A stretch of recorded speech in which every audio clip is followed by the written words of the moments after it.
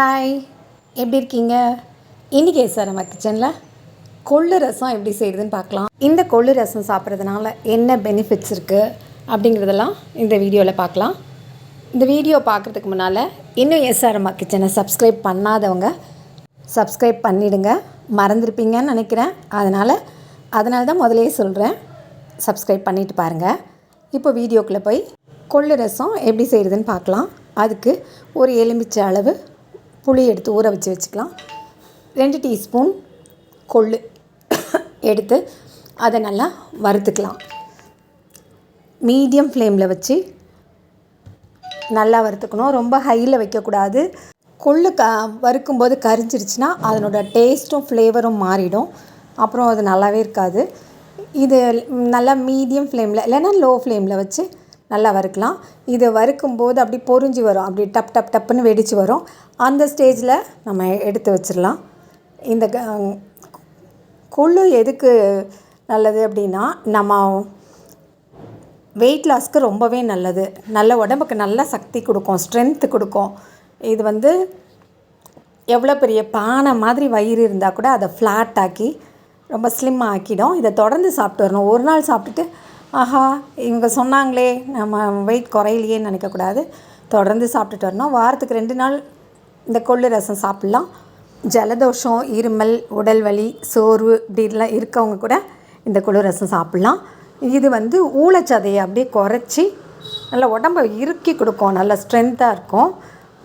அப்புறம் வாயு பிரச்சனைனால வயிறு மந்தமாக இருக்குது அப்படின்ற நினைக்கிறவங்க இந்த கொள்ளு ரசம் சாப்பிட்லாம். இப்படி தொடர்ந்து சாப்பிட்டுட்டு வரும்போது நம்மளுக்கு கண்டிப்பாக வெயிட் லாஸ் ஆகும். உடம்பு நல்லா ஃபிட்டாகவும் இருக்கும்.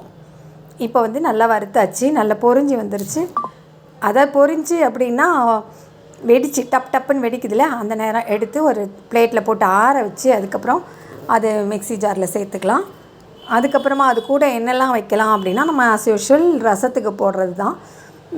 மிளகு, அதாவது 1 டேபிள் ஸ்பூன் மிளகு, 1 டேபிள் ஸ்பூன் காரம் வேண்டான்னா கம்மி பண்ணிக்கலாம், சீரகம், அதுக்கப்புறமா பூண்டு அதுவும் வாயு தொல்லையெல்லாம் தீர்க்கும், அதனால் அது போட்டுக்கலாம். கருவேப்பிலை ரொம்ப நல்லது. கருவேப்பிலை நம்ம சும்மா எதுலனாலும் தூக்கி போட்டுருவோம். இதை அரைச்சிட்டா தூக்கி போட மாட்டோம்.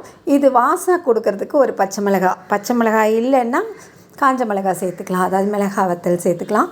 இதை ரொம்ப நைஸாக அரைக்க வேண்டாம், சும்மா குறைன்னு அரைச்சிக்கலாம். இதை அரைச்சி தனியாக எடுத்து வச்சிடலாம்.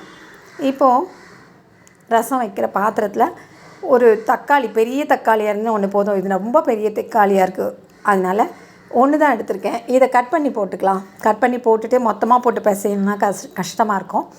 இது மிக்சியில் அடித்து போடுறத விட இதை மாதிரி கட் பண்ணி போட்டுட்டு கையில் பிசையலாம். இப்போ நம்ம புளி ஊற வச்சு வச்சுருக்கோம்ல, அந்த புளியை நல்லா கரைச்சிட்டு இந்த தக்காளியோட சேர்த்துக்கலாம்.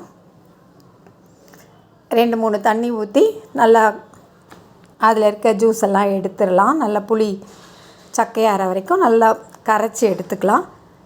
இப்போ நல்லா கரைச்சி எடுத்து தேவையான அளவு தண்ணியும் ஊற்றிக்கலாம்.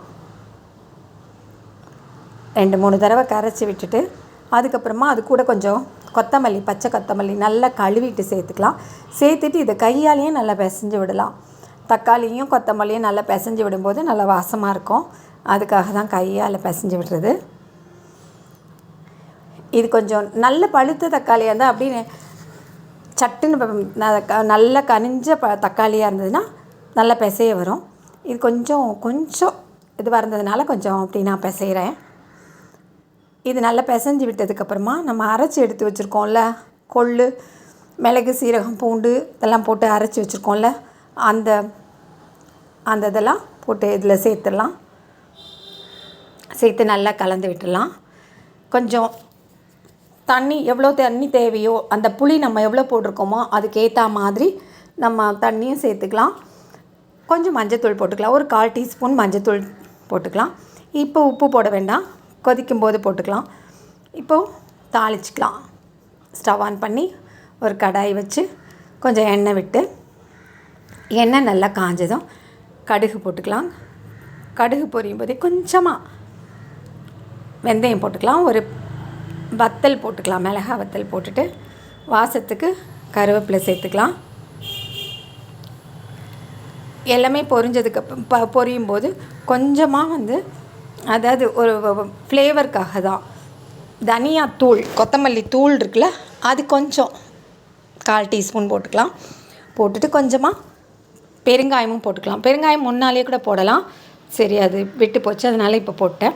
அது நல்லா கிண்டி விட்டு இப்போ நம்ம கரைச்சி வச்சுருக்க இந்த ரசத்தை இதில் ஊற்றிட வேண்டியதான். தாளிக்கிறதுல சேர்த்துட வேண்டியதான். ஊற்றும் போதும் அடுப்பை சிம்மில் வச்சுக்கோங்க. ஹையில் வச்சா கையெல்லாம் தெறிக்க வாய்ப்பு இருக்குது, அதனால் சிம்மில் வச்சுட்டு ஊற்றிடலாம்.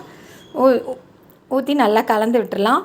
உப்பு கடைசியாக போட்டுக்கலாம். அதனால் இப்போ அது பொங்கி வரட்டும், நொரக்கூடி வரும்போது இறக்கிக்கலாம்.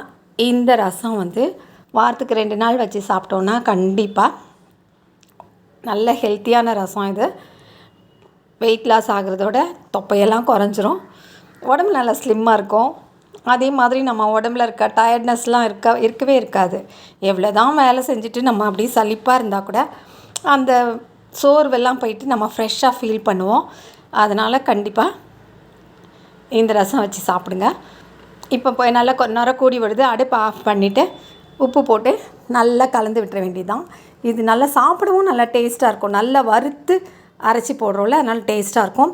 இதே ஊற வச்சு அவிச்சு அந்த தண்ணியை வச்சு கூட கொள்ளு ரசம் செய்யலாம். இது டக்குன்னு ஊரெல்லாம் வைக்க வேண்டாம், அப்படியே செய்யலாம், அவிக்க வேண்டாம் அப்படின்னா ஒரு 2 வறுத்து அரைச்சி போட்டு செஞ்சிடலாம். கண்டிப்பாக இந்த ரெசிபி யூஸ்ஃபுல்லாக இருக்கும்னு நினைக்கிறேன். பிடிச்சதுன்னா மறக்காமல் லைக் பண்ணுங்கள், கமெண்ட் பண்ணுங்கள், ஷேர் பண்ணுங்கள். இன்னும் SRMA கிச்சனை சப்ஸ்கிரைப் பண்ணாதவங்க பண்ணுங்கள். பாய்.